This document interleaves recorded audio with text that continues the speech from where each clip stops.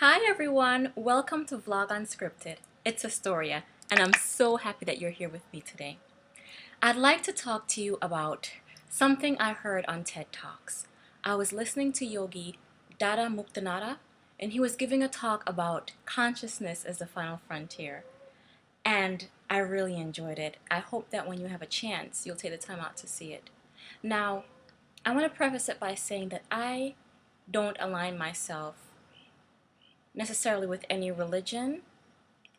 I align myself with my relationship with my Creator. That's what's most valuable to me. That's what brings me the most joy and peace. I enjoy and I'm grateful for all that I learn from different religions. I am thankful for Christianity for bringing me up and teaching me how to love my brother and how to be a good citizen. I wouldn't be where I'm at today without it. But at this point in my life, this is my personal video diary for the year 2015, and I hope to look back at these musings and see how I've grown and evolved and how I can see myself and my world through better lenses as time goes by. So I was listening to him talk, Yogi Dada Muktanada, talk about consciousness as a final frontier. And when I hear the word consciousness, I hear love. I hear the source, the maker of everything that we see, experience. So he was quoting different people, different scientists, and just saying how it's proven that there's more to this existence than what we see. And he told a story that I thought was so interesting, and I'm going to tell you the story. He had a teacher, and his teacher used different ways to convey ideas to people. So one day it was dusk, and he was looking under a light post for the key to his home. So a passerby stops him and says, "What are you looking for?" He said, I've lost the key to my home and I'm looking for it. So she responds, "Well, where did you last see it?" And he said, "I last saw it inside my home, but it's dark in there, so that's why I'm looking out here." And the first time I heard the story, I said, okay, that's interesting. And then a week later, it hit me. It's really a picture of my life and my quest, and I believe that we're all on a journey, all on a quest of some sort, and we're looking for something, we're searching. And oftentimes, we search for things other than where they are. So for example, when I was younger and I looked for happiness and joy, I would look for it outside myself, right? Because I thought it was here or there, maybe in a career, in a new home, in this relationship, whatever. And now that I've grown a little, I realize that happiness and joy, it's a personal thing.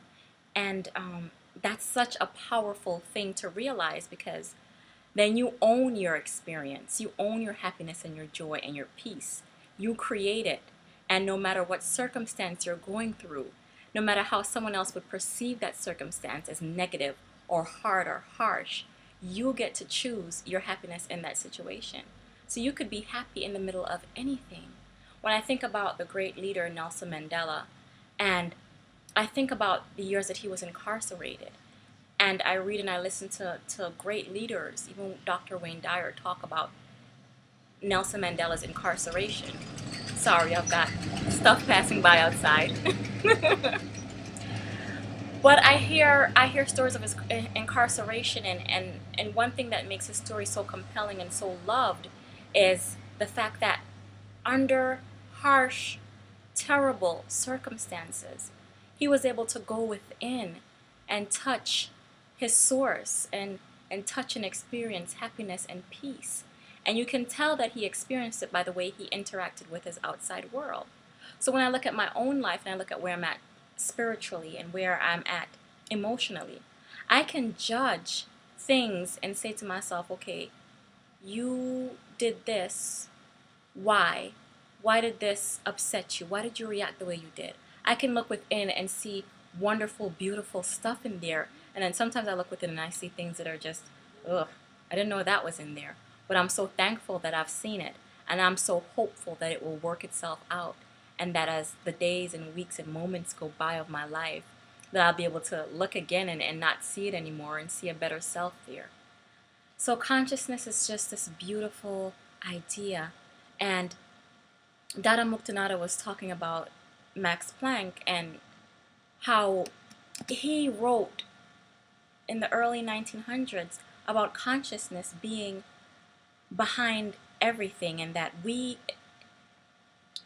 consciousness, our source, the ability to see our world, is this beautiful, expansive, very real thing. And that everything in our world, things that we can touch and see, things that we can't touch and see but we can experience, stems from consciousness. And we can't get behind consciousness. And that's what he was saying, and it's marvelous. You know, it's huge, and it's so freeing. I was at the beach recently, and I had the chance to just sit there and look at the waves and the water and the sand and the dolphins and passers-by, and enjoy it and look within and feel peace about that moment and just feel happiness in small things. And I was talking with a friend about happiness, and we were talking about it from a cultural standpoint and what happiness might be in American culture and what happiness might be in other cultures.